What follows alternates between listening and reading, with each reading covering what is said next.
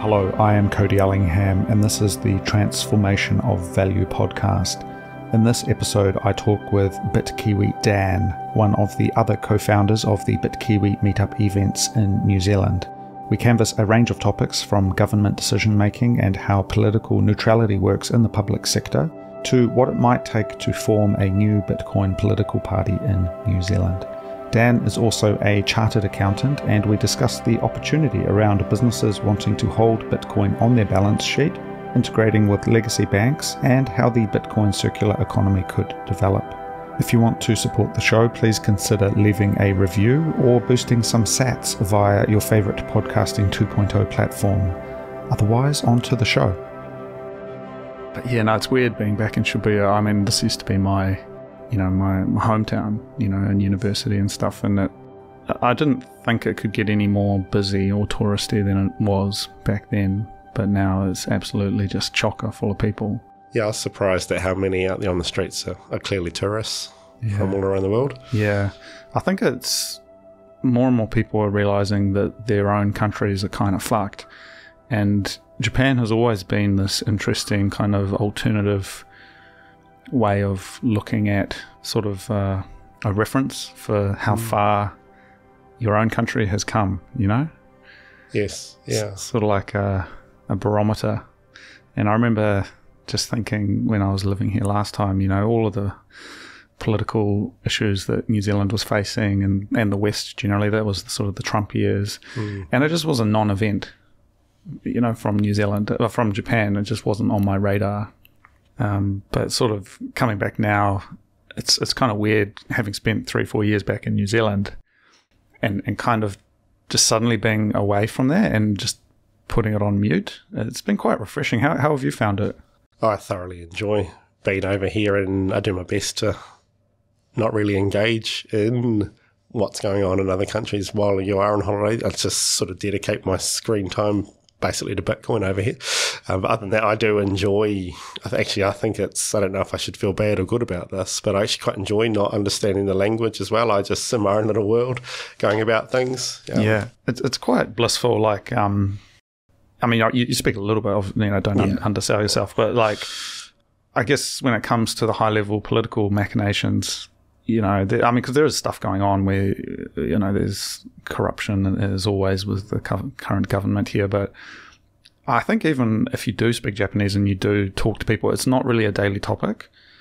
I don't know. Do you sort of know what I mean? There's a difference, I think, in that daily engagement with the political realm in Japan.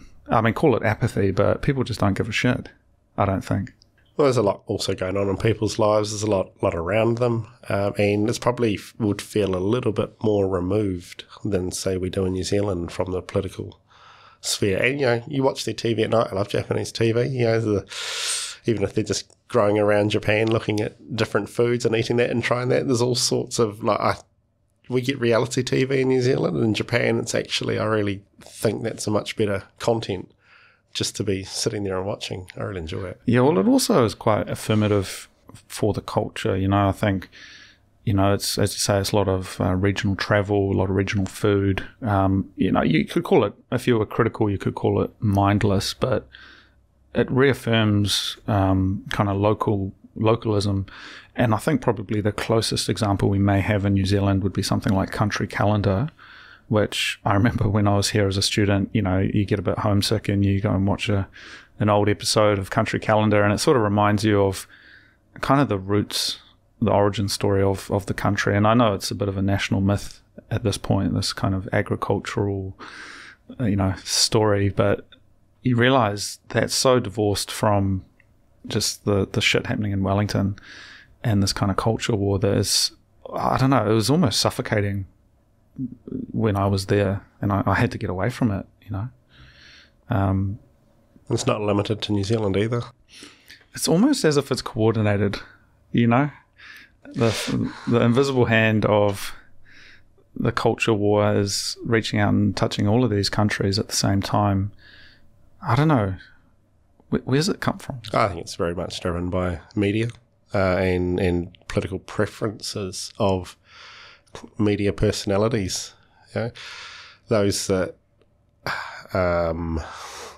may have a persuasion to the left get a lot more airtime, and those that maybe on the other side of the aisle get shouted down. Yeah, it's like this kind of shouting match. I find it very unconstructive.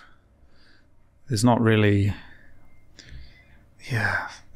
room for innovation in how you approach the problem. It's sort of just elevating the volume at this point. Mm-hmm. But that's New Zealand, and I think for both of us, having spent time together in Wellington, attending different Bitkiwi events and kind of seeing the beast from the inside, now having this great distance, being on the other side of the world, it is refreshing, but it also gives pause for thought, because I sort of lament the idea that perhaps the New Zealand I once knew is gone, and it's not coming back. Or was it always gone?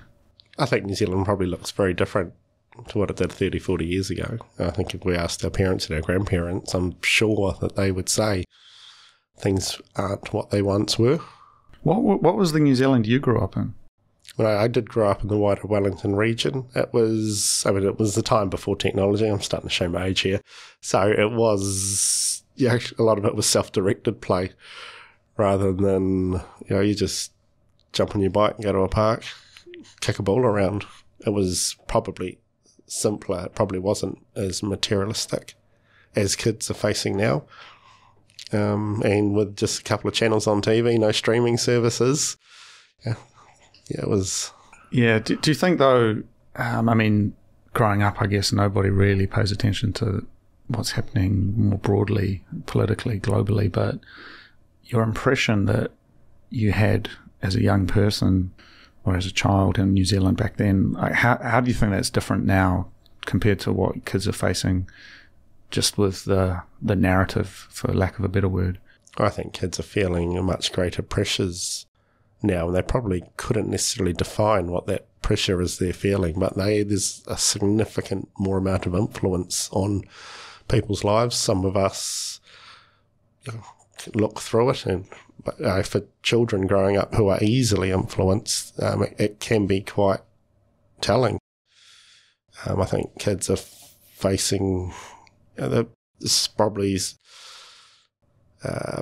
susceptible to much more mental health issues because of the complexities of what they're seeing than what it was when I was growing up. And I don't just think that's because there's better diagnostics now to recognise it. I do think children are... I've got an 8-year-old that's talking about her weight at the moment, and she's got no weight issues whatsoever, but for some weird reason, it's quite a big topic for her. Yeah. I think one other thing I've thought about is, I grew up sort of on the cusp of that, where we had obviously television and sort of the early internet, but it wasn't this kind of constant connectivity. And I think you sort of blink and then open your eyes again and you realize, everyone is absolutely connected. And a great example of that was we recently had a big earthquake in Western Japan, sort of around Kanazawa, where I was a couple of weeks ago, actually.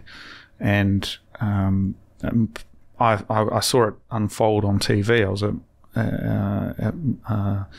at someone's house, and they had the TV on, and all of the channels went to the emergency broadcast system. But people were texting me about it from the other side of the world, and they had seen it on stuff.co.nz or whatever. And I thought, man, you guys give more of a shit about it than I do. They're sort of plugged into this news cycle, and I appreciate the thoughts, and obviously I got friends out in Western Japan, but the ability to get that instant hit of information, I found quite, it's really quite surprising. Yeah, I had people texting me about the plane accident at Haneda Airport before I even knew it had happened. Yeah, and I think in a way, I've often thought, and this is coming back to a sort of Socratic idea of like the relationship between the person, the individual, and the city, that you can characterize a citizen of New Zealand and the New Zealander. There is a line between those two things, and in the same way, a Tokyo person and the city of Tokyo shares this kind of connection and the way of being. And I think in a way, New Zealand is a very naive, a very simple place. And I say that in the most loving way possible, but, it's literally on the other side of the world. It's in the middle of the ocean.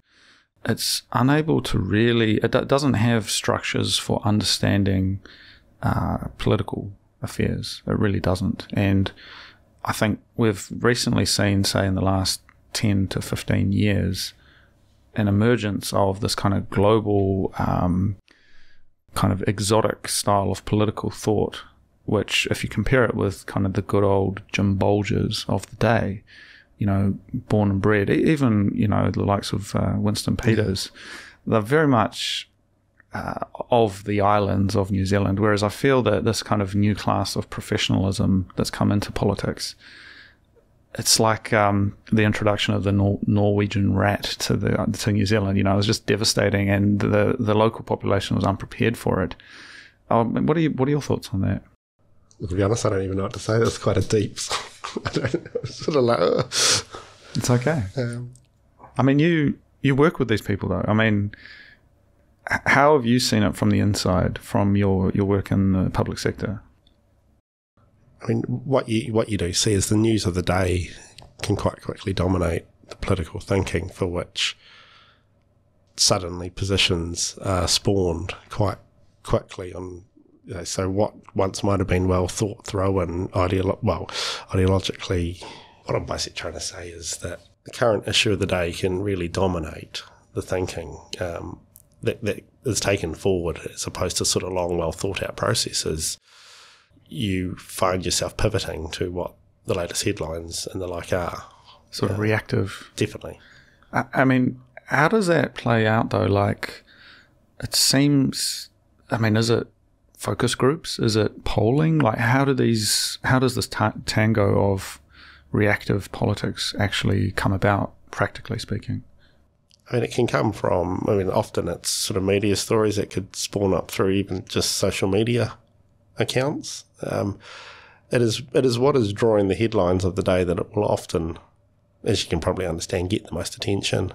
Because I think that's been a powerful realization for me, especially since the COVID era, is the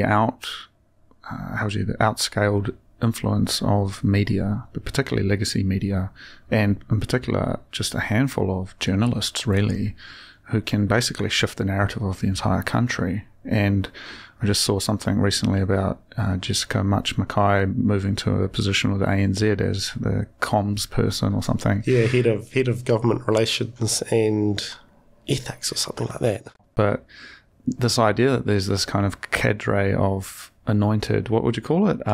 Accredited journalists, and they set the scene, and then there's these kind of almost straw man Twitter accounts sometimes that are just anonymous, that are the ones that are getting retweeted, or they're the kind of the narrative that gets amplified. And I sometimes wonder how do they decide what gets the focus, Yeah, I mean, that's not something I'd necessarily be too aware of. It'd be sort of thoughts as to what opposition members are saying that could drive. So you think it is within the political realm, it's sort of some opposition and government sort of trying to vie for positionality on issues, or? Yeah, along with essentially their associates. So these would be people that are loosely connected to political parties of the day.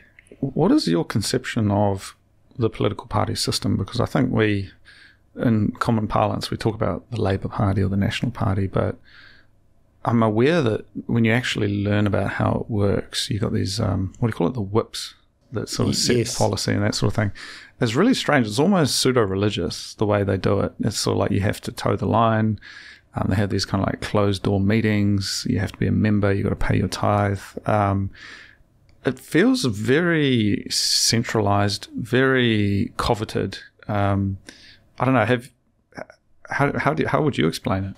Well, I think what is good for, say, New Zealanders versus maybe the Japanese is that actually anyone could get involved in New Zealand politics. It's not limited just to the uber wealthy, which is you can find in other countries. There certainly is an order for which things are done and how you ought to behave and to be seen. And I do feel that if you sort of step outside of that realm, you can find yourself punished one way or another, censored. Yeah, it seems to me there's limits on what's the acceptable discourse, and again, I think that's where my role as an independent is sort of challenged, because I know there's stories out there that ought to be investigated, media stories, but given these gatekeepers, these centralised media entities, and there's only a handful of them, and I believe New Zealand is one of the worst in terms of its independent media landscape in the kind of developed world. There's really no way for me or for people like me to go and actually have conversations with that really push the envelope, say engaging with ministers, engaging with government corporations around topics that are important. And I think, I've had a couple of situations where I've referred or I've emailed, Guy on Espin or other people, and I've said, hey, there's this thing, and you know what I'm referring to, that I think you ought to investigate. I'm not able to do it on my own, and I've sort of not really heard much back. He's obviously a very busy man, but I feel like, well, shit, that's kind of my only choice is to, reach out and email these people, because I certainly am not getting any traction. And I feel that the New York Times talks about democracy dies in the dark, and sort of makes me feel like, where is the discourse at in New Zealand? Because I think people are very unhappy with a lot of things, but they're not seeing those questions reflected in the media. And so there's almost this kind of disconnect between what is said and what people are thinking. I certainly think there could be elements of that. We have probably, where that may have been acknowledged, is in the recent change in government. It was really quite a landslide movement from centre left to centre right. And some would say there's actually not much between them. Yeah. I guess taking the topic to Bitcoin, though, because obviously that's what we're really interested in, and rightly so. I think looking at these political moves, I think an awareness of them is very important, but you can't get caught up in them. And I think that's, again, what really stood out to me is that, when I emailed Guy on about the thing that, what I'm talking about, he said, well, I'm too busy looking at this lobbying issue that's going on right now. That was a couple of months ago.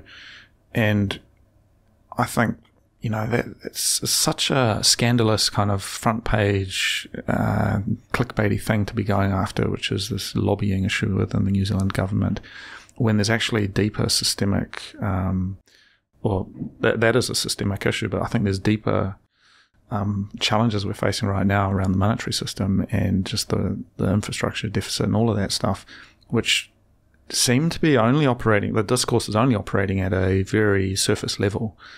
And sort of the more we talk about it, the more we don't build the things that we need to build.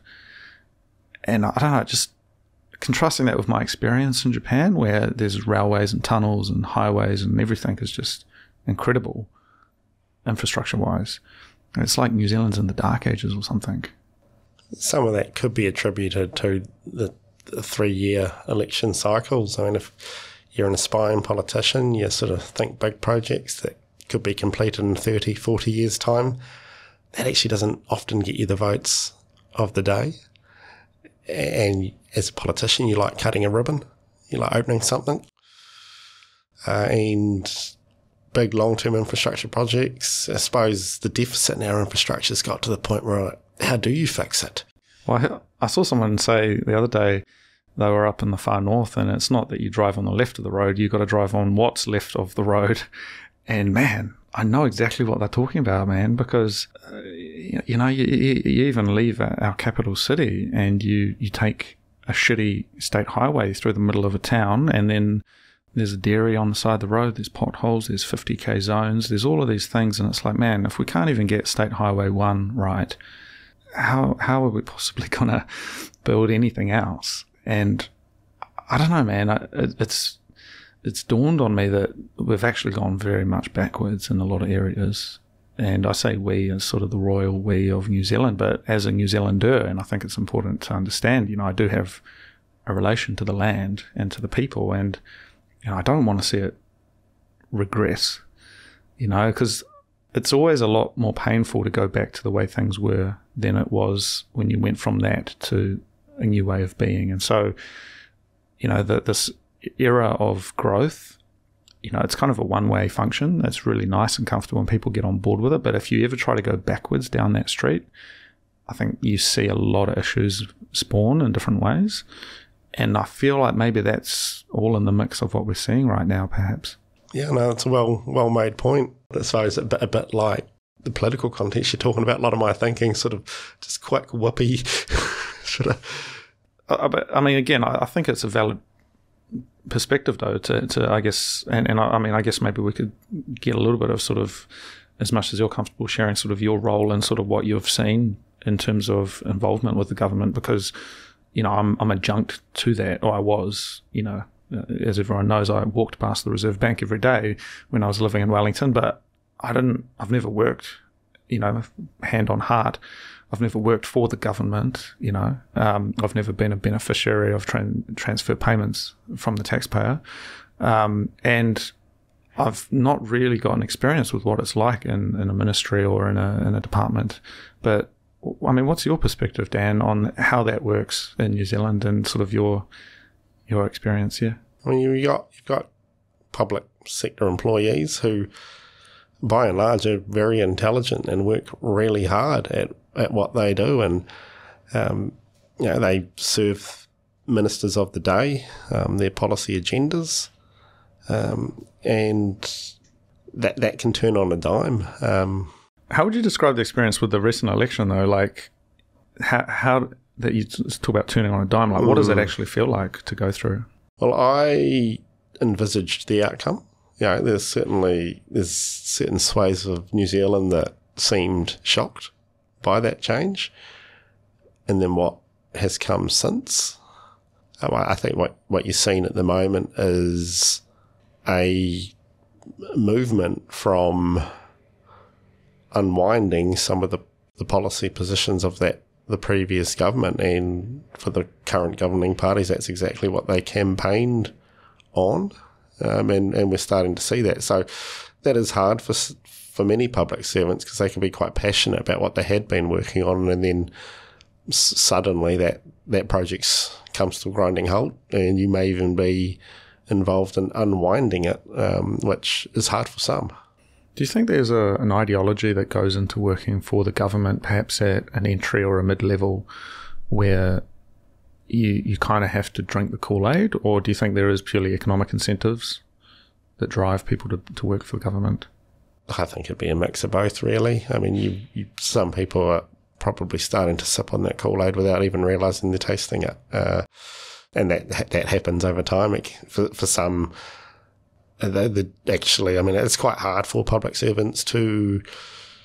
It has always been a challenge to put your personal political preferences aside in order to serve the government of the day. Wellington's a reasonably left-leaning voting city.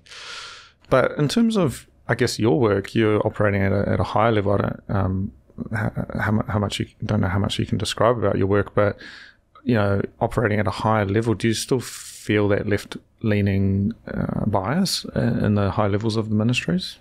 Not so much. I don't visibly see anything that would have me think that it is present. I actually find that your senior public servants understand their role and they understand it well, and so certainly are able to deliver on what has been requested by the government of the day. I mean, you really do need to be politically neutral, and you do need to understand your role in a way that doesn't jeopardise the government's intentions. You talk about political neutrality. How does that work? Is there formal structures for that? It's one of the 5, it's in the Public Service Act legislation that it's a requirement to be politically neutral. There are mechanisms within agencies to protect people, to allow them to still have a personal preference. For example, if I work at health, and Te whatuora, you mean? I'm not sure what it's called these days. Sorry, continue. You can still have, for example, if I worked at health, but then there was an education policy that I didn't agree with, I would be entitled to join a protest or sign a petition to express that in my personal capacity. Whereas if I was working at health and it was linked to my day-to-day work, that's where I would need to, if I felt strongly enough about it, remove myself from that work through either resigning, I suppose, or looking to be put on to another task. So you can exercise your rights as a citizen to voice your either pleasure or displeasure, but you've just got to be mindful that you don't do that where it's directly linked to your work, whereby people could feel that you've either been influenced or have an influence. Do you think it's challenging, though, to sometimes unpick different issues? Because you talk about health and education, but when we're talking about something like monetary policy or government spending, generally speaking, it's kind of like, well, I'm against the whole thing, you know, and how does that affect the political neutrality? Well, I think for the core public service, the Reserve Bank is quite removed from our day-to-day sort of interactions. I mean, you wouldn't often, it's very seldom that the major issues of the day actually are monetary policy. And I think that's because for a lot of the general population, it's quite complex and hard to understand, unless you really want to devote time to learning about it. And I mean, for many people, they've been raised that the current system is the ideal system, so you don't necessarily question that. And it's often, apart from interest rate movements, it's not really attracting too many viewers probably on these news sites. Well, I think they're doing their best to try and put their head above the trench, but for the most part, you're right. I don't see them really with a media presence. I would argue that most New Zealanders are probably not even aware of the Reserve Bank or what it really does. You know, I think maybe they've heard of it, but in terms of its fundamental role in monetary policy, I think it might come as a surprise that they're actually pulling the levers, and that there was actually quite a lot of innovation that New Zealand brought to central banking that is kind of seen as a model around inflation targets and things. You know, one of our most famous exports is 1 to 3% target. Yes. Old Donald Brash, who I emailed him a couple of months ago. He did a podcast with what's his name, Rodney Hyde. Okay. And was it Dancing with the Stars? Yes. His previous act leader. Yeah. His famous quote was, "Butter is a health food." well, it is, and it's great for your health. But the idea, I messaged him, you know, I was quite despondent with the New Zealand situation, and he seems like a very educated, very articulate individual, but sort of really looking at the challenges that New Zealand was facing, and he sort of said, well, look, Cody, I think you'll find that New Zealand has, you know, rule of law, it's got abundant natural resources, generally speaking, a can-do attitude. There's a lot of good nation-building materials there. You know, don't worry, stay calm and carry on kind of a thing. And I sort of thought, you know, he's right in a way that there is sort of a lot of these raw materials, but at the same time, it's like bringing that together, and that sort of human action is almost the bit that's missing. And I think that the big example that sort of stood out to me recently, I was scrolling through LinkedIn, you know, which was my first mistake. But I saw someone mention, building a bridge or a tunnel from the North Island to the South Island, and just straight out how impossible and how unfeasible it would be. And I had to really just sort of take a step back, and, you know, because I've literally been through tunnels and over bridges that are, you know, stretched further than that. That's that gap of water here in Japan. And of course it would be an engineering feat, but New Zealanders have done a lot of engineering feats in the past, but there's almost this lack of ambition. And I think Matthew Birchall talked about it when he said that we need to bring back that spirit of building again. Because what would it mean to have the ability to drive a truck across Cook Strait 24/7? What would it mean to be able to not have to rely on 3 fucking diesel ferries to get every fucking natural resource from our major island to our other major island? You know what I mean? I do. I mean, it is quite a hard one to envisage, given the chaotic nature of our Cook Strait services at the moment. That would, if it was Japan, they would have drilled a tunnel under Cook Strait in the 70s, and they would have 4 fucking high-speed railways in between, and they'd be carting millions of dollars of goods and people across there every day. And they do that between Hokkaido and Honshu. They do it in a bunch of different places. And I mean, obviously there's a larger population, different demographics, but it's also a geologically active area. It's almost like the attitude is the guts aren't there to build, which I find a bit offensive personally. It's like, well, fuck you. I know enough people in our Bitcoin group that we could probably get some capital together and build the bridge. But you just don't see that anymore. And instead it's the slight sophistry of the end game of politics almost. Sorry, that's a bit of a rant. No. And how did we get onto this though? We're talking about interest rates, government, sort of, was it political neutrality? Waka kotahi. Building the road and fixing the potholes. I mean, how did they come out? And someone working in that area, in that ministry, is it a ministry of transport? Yeah, NZTA. Yes, yeah, yes. New Zealand Transport Agency, I believe. Yeah. So it's an agent. What is the difference between an agent? It's a crown entity, I believe. So it's not a core government department. It would be monitored by the Ministry of Transport. So it is essentially probably the delivery arm. I see. Of New Zealand. What if they just snipped that little umbilical cord and made it into a Ministry for Works? Oh man, yeah. So I wonder how that affects the ability for change to come from within. And I think this is kind of where I'm wanting to get at with this discussion. Is there's this idea in communism of the long march towards the institutions, I think. Which is the idea that, you slowly colonize government, academia, ministries with people who are sort of open to a certain ideology, and they sort of slowly grandfather into different positions of power, and then they can affect, kind of subtly sort of wave their hands and sort of affect the direction that things are going. And it takes decades, I think, but it's almost like the old Labour of Helen Clark. The graduates of that era are now entering sort of mid-career within New Zealand government, and so we still haven't quite washed out the red and the green stains. No matter how much you sort of say that you're politically neutral, I feel like there's always going to be these kind of people looking to sort of manoeuvre. They're not purely servant leaders, are they? I don't know. What do you think?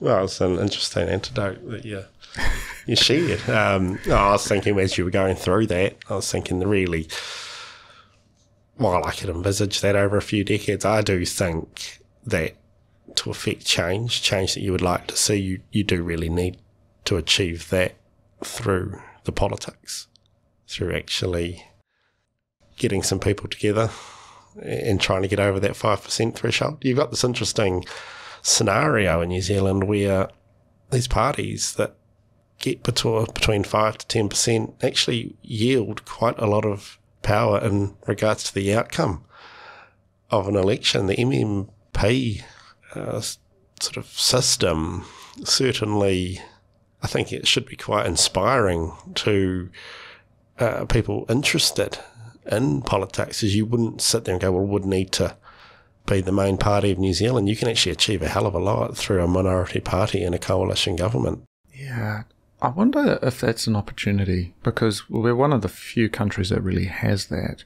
And I think it was a bit challenging with this most recent election. I think there was a couple of parties that, the one that comes to mind is TOP, the Opportunities Party, which in particular didn't quite meet that threshold. And I think their approach was to focus on one Christchurch electorate, I think it was. Yeah, Elam, I think they were contesting. And I think that was a bit of a flop. But in terms of, say, Bitcoin, yes, and this is where we're getting a bit sacrilegious against the idea of the political and the Bitcoin coming together. But I mean, what is that? 5%? Is that what's New Zealand at? 5 million or 6 million now? I think about 5 million, and you'd probably 5% of the voting population. Yeah, it'd be those vote of the vote. Of the vote. And what was the turnout this time around? I have not seen that yet. I mean, it certainly will be published somewhere. We'll call it 3 million. Yes, adults maybe. We've actually seen voter participation decline, really? Election on election over the last few election rounds. So what does that mean for 5%? So 5% of, I mean, ambitiously a 3 million voter turnout.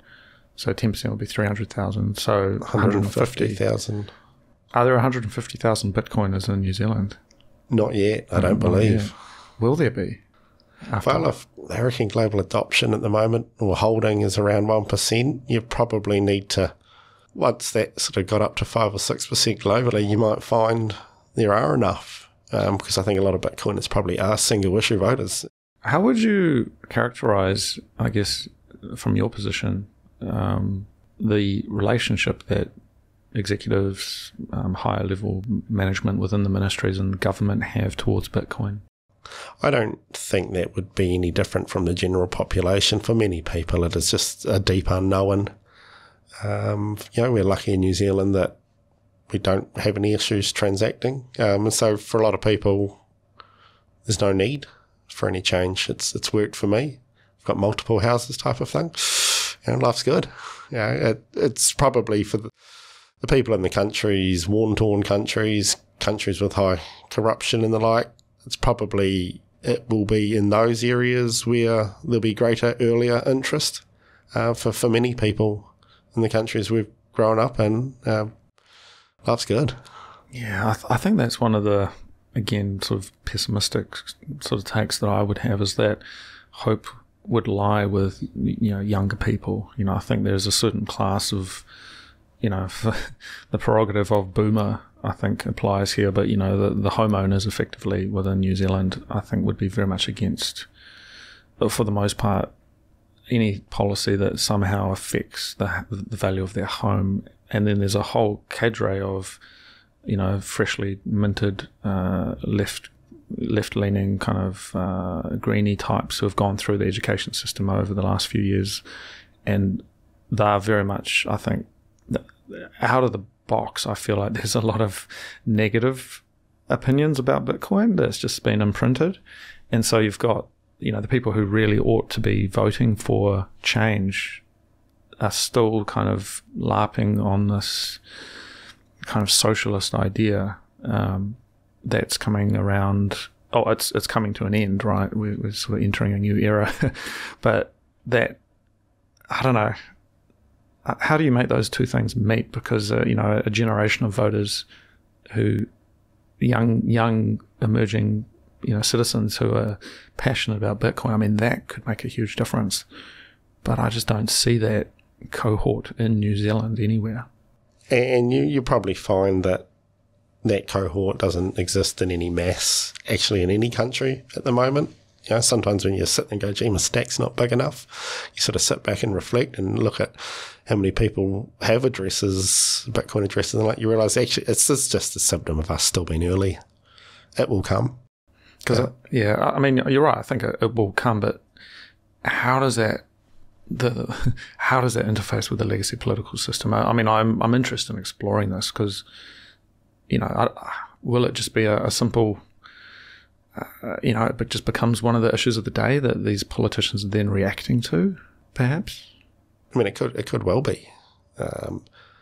It'll take a huge amount of more knowledge to be gained by a larger number of people for it really to take hold in any meaningful way. But at the point where an aspiring politician or an existing politician sees it as being an issue worthy of discussion, it'll be on the radar. Have you seen, in your capacity, any conversations internally within government that have Bitcoin tones or Bitcoin explicitly mentioned? Oh, no, I haven't. But I have looking at the IRD's guidance on, I'll use the dirty term cryptocurrency, and what they talk about the mining, there's certainly, what I'd like to say is whoever's produced this, and it was produced some time ago, was clearly quite knowledgeable in what it was all about, and I actually think it's quite impressive guidance. Do you think the overall, looking at the policies and just sort of the framework in New Zealand right now, I mean, how would you describe it? How, what do you see in terms of the landscape legally and just that sort of thing?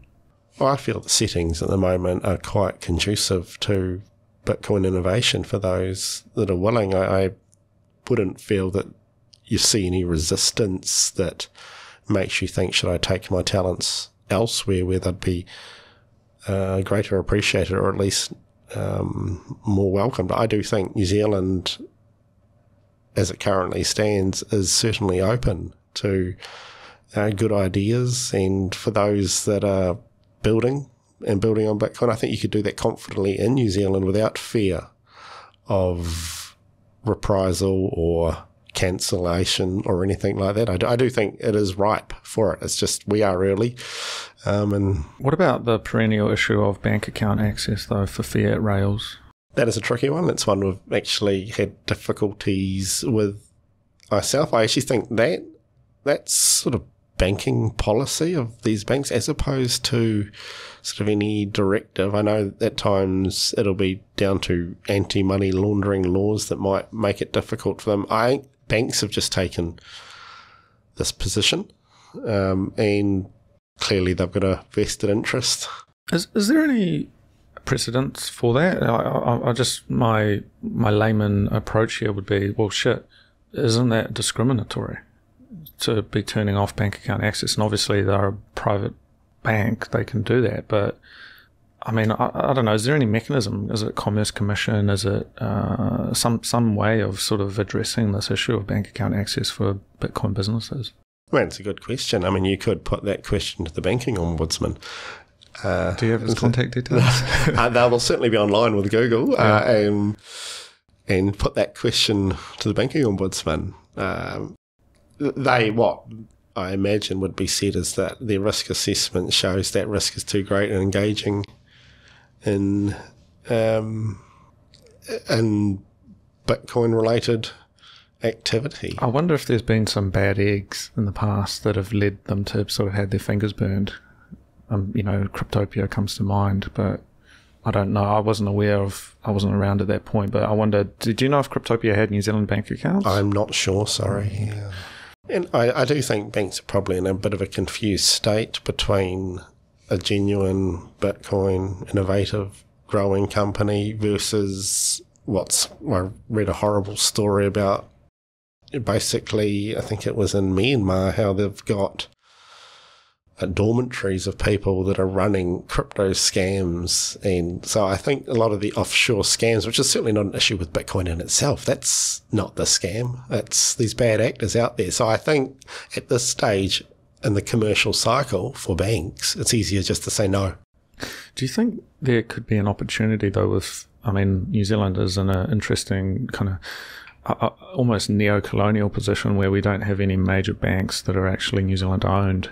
I wonder how much directive is taken from Australia, and I wonder if there's opportunities for some of these smaller community banks, or like, what do you call them?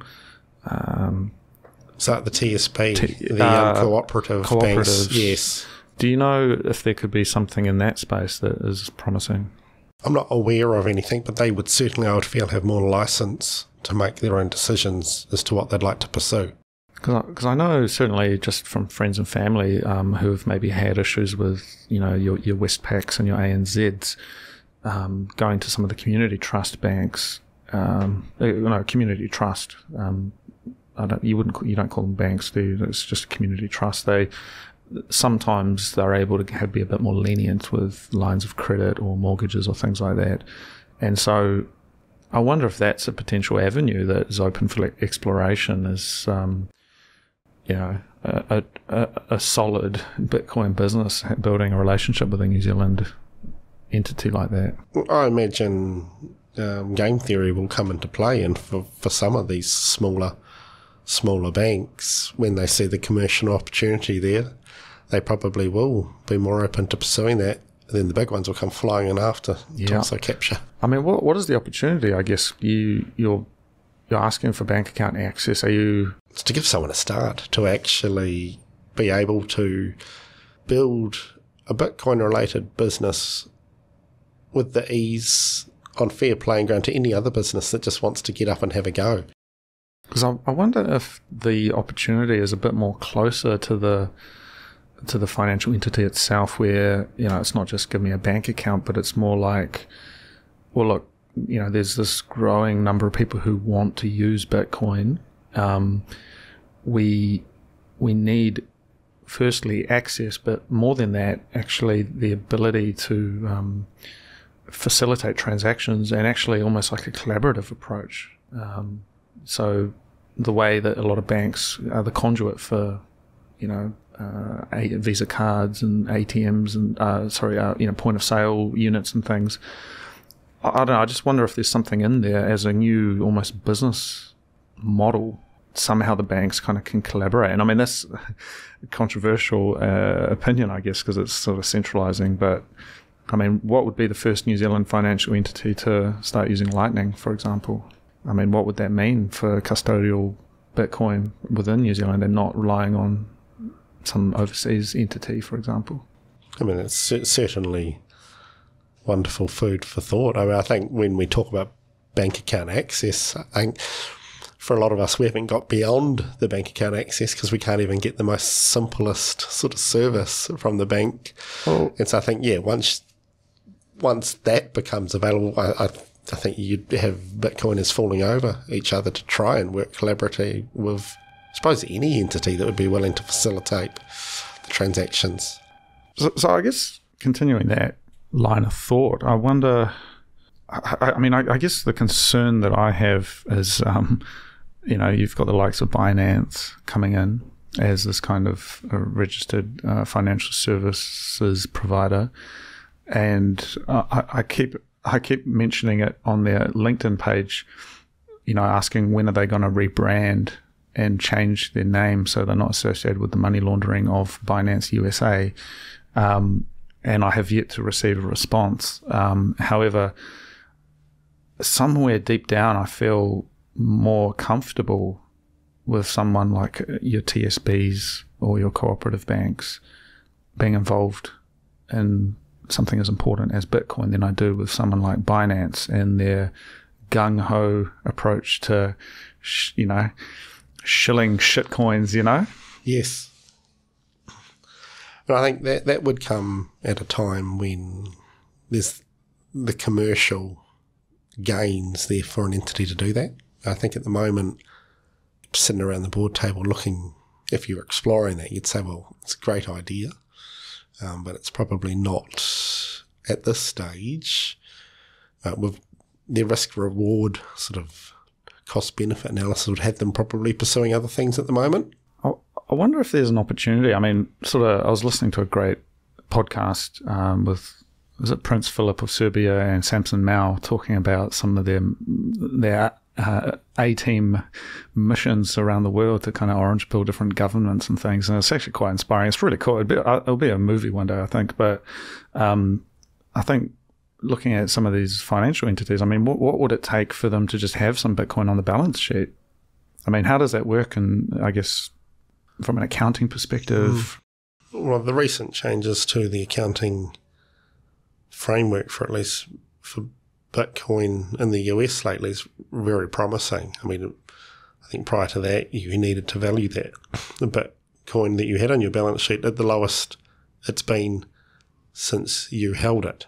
So, if you bought it at 15 and dropped to 15, and it was back up at 50 at reporting date, you were having to record that at its impaired value of 15, where moving forward, I think towards the end of this year, and it can be adopted now, an entity records at its true value at that time. Mark to market. Yeah, so that's significantly more appealing to have on your balance sheet. Because, I mean, I imagine most companies would have looked at the volatility. There would have been, they've seen bear markets, and to have it on your balance sheet was quite brave. MicroStrategy has been very brave in doing that, and you see at the moment, they're actually doing, in hindsight, it's been a great decision. You'll see more doing it going forward, but for many corporate entities, that just wouldn't have been a good treasury asset to be having on your balance sheet for reporting purposes, due to the obligations you've got to the shareholders and the like. And you're also a chartered accountant, aren't you? Correct. Yeah. I mean, in your experience, how have you seen companies or institutions approach, say, there's riskier assets as part of the broader mix of their the assets they have on their balance sheet? I mean, is it a common practice to have kind of more volatile assets sitting around on the balance sheet? No, I mean, you generally would go for the most conservative, safest assets that you get your hands on. Would that be treasury assets, cash? There's speculative as you get would be owning shares in other companies, having them as part of your balance sheet. Because I know certainly just in my dealings with different people, you still see a lot of, small, medium organisations in New Zealand that are sitting on cash. Yes. And obviously, there's an interest rate associated with that. But, I mean, is there directive or desire to outperform inflation in those situations? Or, how are the people approaching that? Well, I think for a lot of businesses, inflation aside, they're actually quite comfortable having cash on their balance sheet to ride them through the more turbulent times. I think you'll find, if you have asked the average person on the street, say, how detrimental is inflation to your life, to society, I think you get some quite limited understanding. So I think having cash on cash is king is certainly quite a common statement that's used, particularly in tough times. So I think either cash or something that can be easily converted to cash is certainly still the preferred asset. Yeah, so liquidity, I think. I mean, my high-level take on New Zealand is we have a predominance of small and medium businesses, a lot of owner-operators and stuff, and in those situations, cash flow and basically, the piggy bank or the kitty is sort of, paramount just to pay the bills. And I think as things get tougher, maybe we see those time horizons shrink where, there's no assets, it's just cash to keep things afloat, perhaps. Yes, no, absolutely. It'll be some time. I mean, you probably at best you'll get is the odd small business allocating a small, or probably at some point accepting Bitcoin and just deciding to hold it, as opposed to introducing it on the balance sheet through purchasing. I mean, I'd love to see an environment whereby there's been a lot of chatter on X lately about these institutions gobbling up all the Bitcoin out there, given it's a limited supply. It'd be great where you've got maybe your butcher, your local grocer accepting Bitcoin for which they then hold. So it's only a small take of their weekly sales, but they're confident enough that, yes, I'll accept that and I'll just hodl it. I think that's where we'd like to get to. Yeah, I mean, that's kind of circular economy medium of exchange. I think though still we're looking at a store of value, discussion. I mean, what would it take in your experience as a chartered accountant as well? Is there directive from, what is the organisation that chartered accountants are affiliated with in New Zealand? Is there an organisation? It's Chartered Accountants Australia and New Zealand now. It was New Zealand Institute of Chartered Accountants, but they've merged with Australia. I see. So would that indicate it's effectively a singular approach to best practice between Australia and New Zealand? Could you, if you're qualified in New Zealand, you could operate in Australia? You can operate in Australia, yes. Yeah. And I wonder, do you know if you've seen anything come out of that that organisation in terms of Bitcoin directive or advice? No, not that I haven't certainly seen anything. You do occasionally, you'll see the odd article in the magazines, but that will be cryptocurrency. There isn't, basically the door is open to get stuck into it as much as you would like as a business. It's just, there's the lack of knowledge and understanding out there to know what does that mean. Because I think, maybe that's an opportunity, just, spitballing here, but I mean, certainly one of the challenges is that you can't easily purchase Bitcoin through a business bank account. As far as I'm aware, you do. So the exchanges I've seen, sort of, you have to be an individual. Yes. But that aside, I mean, get off zero for individuals is one thing, but get off zero for businesses is another thing.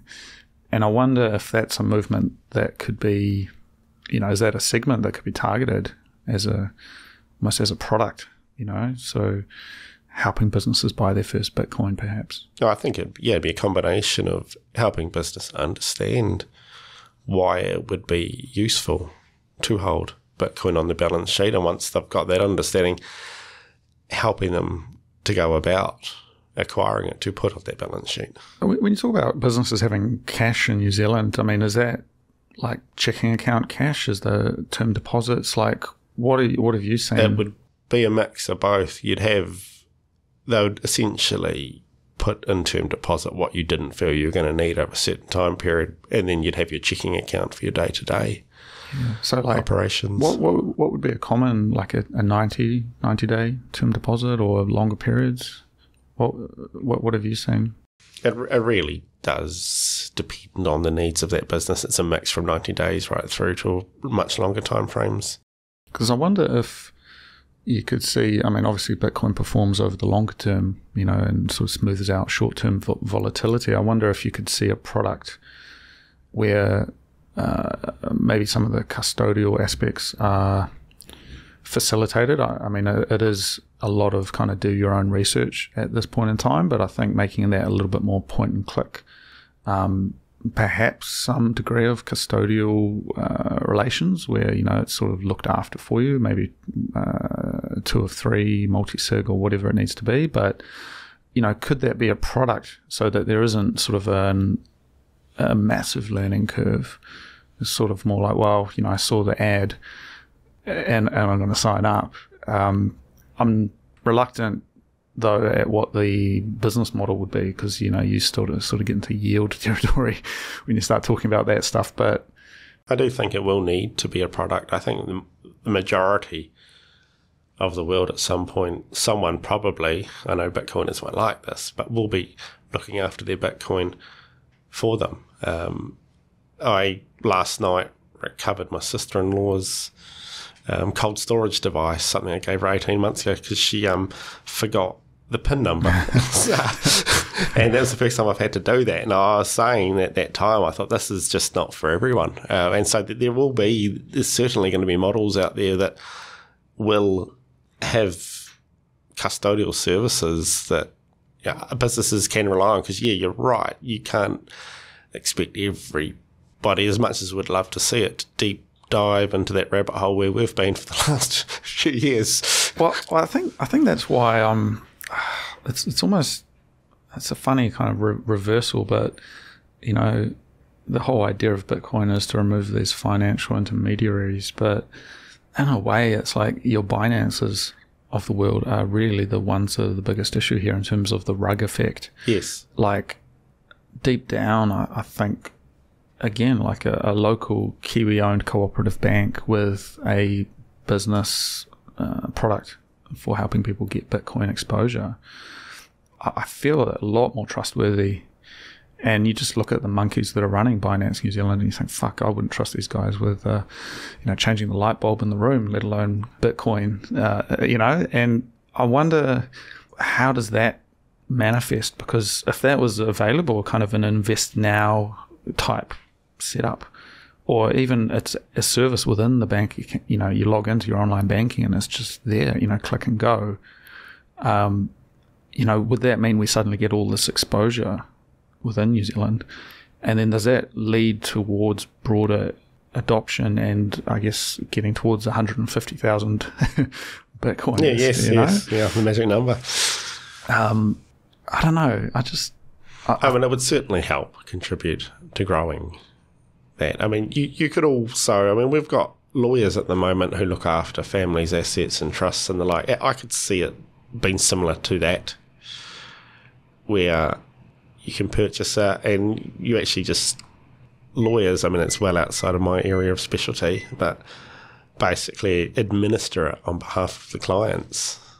Yeah, because I think the call to action, I guess, is what I'm looking at it from a branding perspective, but the call to action at the moment, like I've got a phone call I need to do on the weekend with someone and kind of helping them get their Bitcoin off an exchange, and I'm feeling a bit of trepidation because I think, fuck, what do I know? I'm going to have to do some research on sort of what I recommend, because, when it's your own Bitcoin, it's a different story. But when it's a friend or family member, it's like, well, shit, I can't be responsible for the outcome, but I can try my best to give you the leading edge of best practice. And they're putting their full trust in you to provide that solution for them. So it's sort of a bit challenging, but I mean, that's me as an amateur, basically. But, if you had, these kind of institutions able to offer that, and they had systems in place, I think that's, there's legislation, there's things that kind of bind them to that, and it's a little bit more, I mean, I don't know if you call it more trustworthy, but certainly it's easier to engage with without doing all of this deep dive. Yes, I mean, for a lot of people who have a sense of familiarity about it too, so they actually feel more comfortable when you sort of start talking to someone about your Bitcoin, and then they're like, well, where do you keep it? And you show them the cold storage, and they just suddenly just run a mile, think, what is all this? What do you mean if it's lost forever? Well, where's the help desk? Can't you just ring up and reset? No. It's good fun. Yeah, I mean, imagine that, log into your ANZ and you go to the drop down and opening your account, and it's opening your Bitcoin account, and it's right there. And then making sure that exists within a space that is able to still send and receive without limitation, because I think that's where the adversarial Bitcoiner in me comes out and says, well, shit, it's just going to be blue Bitcoin that's, locked in and it's traced and all of that. But still, I can see a situation. I know certainly a large number of people who would click that button.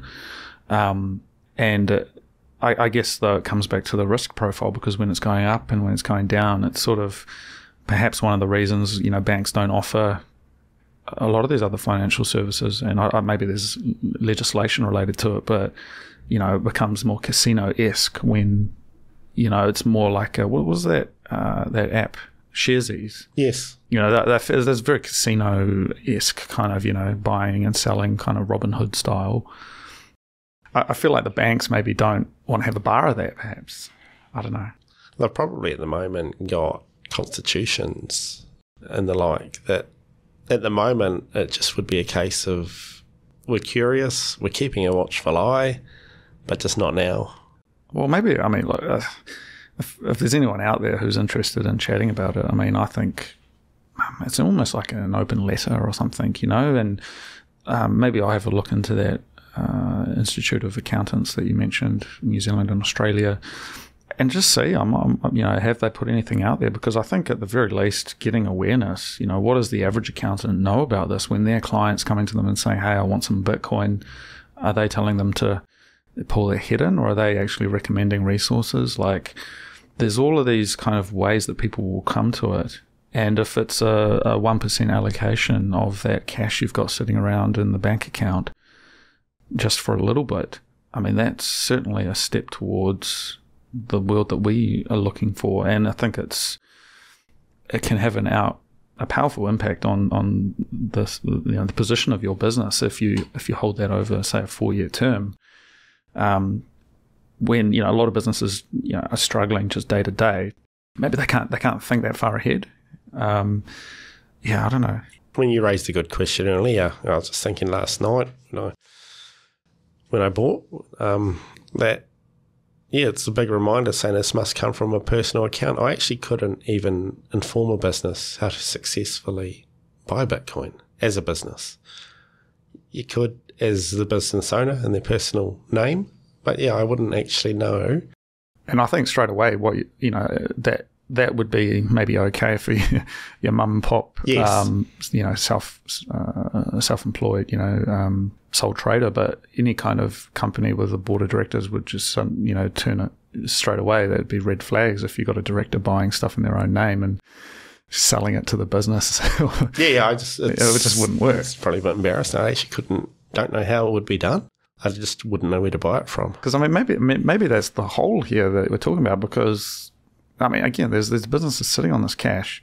Cash is king in this tough environment, but at the same time, they're losing purchasing power. And there's a real opportunity with some of these good news stories coming out that if you just hold a little bit. Yeah, we're certainly not saying allocate at all, but if you're willing to hold a little bit, you'll probably find over time you want to allocate a little bit more as well. A question I often get asked, or a common question I ask when I've been talking to people about it, I saw this the other week, is can you sell it? So I actually think a lot of people don't feel it's that liquid. Yeah, I think I tend to agree with that. I think selling to fiat is actually a real challenge. There's a lot of compliance, especially if it's a large number, and tax implications. And I wonder, how would you dissolve, how would you liquidate, a large amount of Bitcoin in New Zealand? You could sell it through an exchange. That would be the default way. Yes, yeah. Is it a private sale? Does the bank ask you where did this money come from? It's just hit your bank account. Well, they certainly could.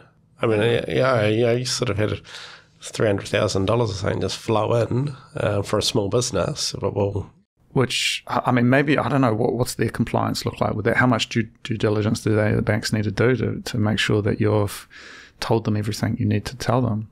I think it's quite extensive, the compliance that the banks need to undertake in order to, you see things on X around people getting asked, when they're just trying to deposit $2,000 cash into their bank account. Well, what's this for? Or if you want to take $2,000 cash out, what's it for? What are you doing with it? Well, is that where we're making a bit of a mistake in judgment, though? Because we're talking about cash here, and cash is this leading edge. I think it's any movement of funds in and out of an account.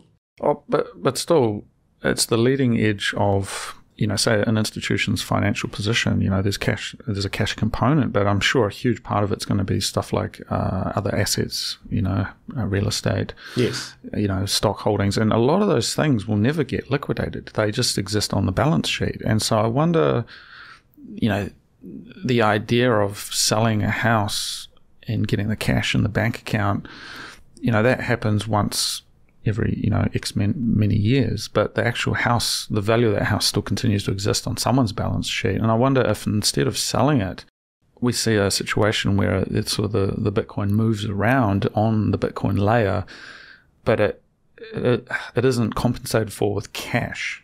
I wonder if there's other ways of that being transported, because I think it's very messy to dip into the cash world and have that money hit the bank account. I don't know, what do you think? Well, ideally, when we've got the circular economy, you won't be getting liquidated into cash. It'll be used to directly purchase whatever it is that it's been liquidated for cash for. That's what I'm thinking. In terms of assets, it seems, like a large amount of Bitcoin isn't, because realistically, what are you going to do with hundreds of thousands of dollars of cash sitting there? You're not able to spend, you're not able to withdraw it into physical cash. There's reporting limits on trying to spend that on buying stuff.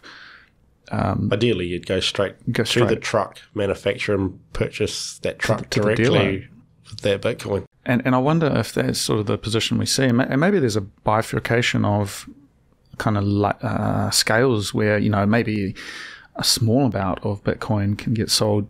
It's kind of, lightning, it's kind of dipping in and out of fiat, but actually, purchasing, real estate or investing in a business, for example, I want to invest in your company.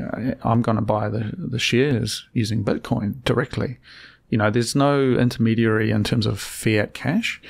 And I wonder if that's for larger purchases and for anything over a certain amount, that's kind of more the de facto.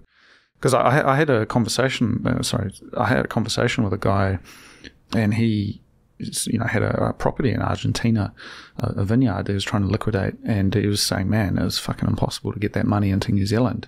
And I mentioned Bitcoin, but he was like, oh, but then how do I get the Bitcoin into New Zealand dollars? And I think he didn't quite understand it. I was saying, well, no, you don't do that. You don't need to be doing that. You don't need to be doing that. And, and he's talking millions of dollars here. And, I mean, I'm in no position to provide financial advice, but I said, well, look, trying to get US dollars out of somewhere like Argentina, yeah, probably the Bitcoin is the easiest way to do it.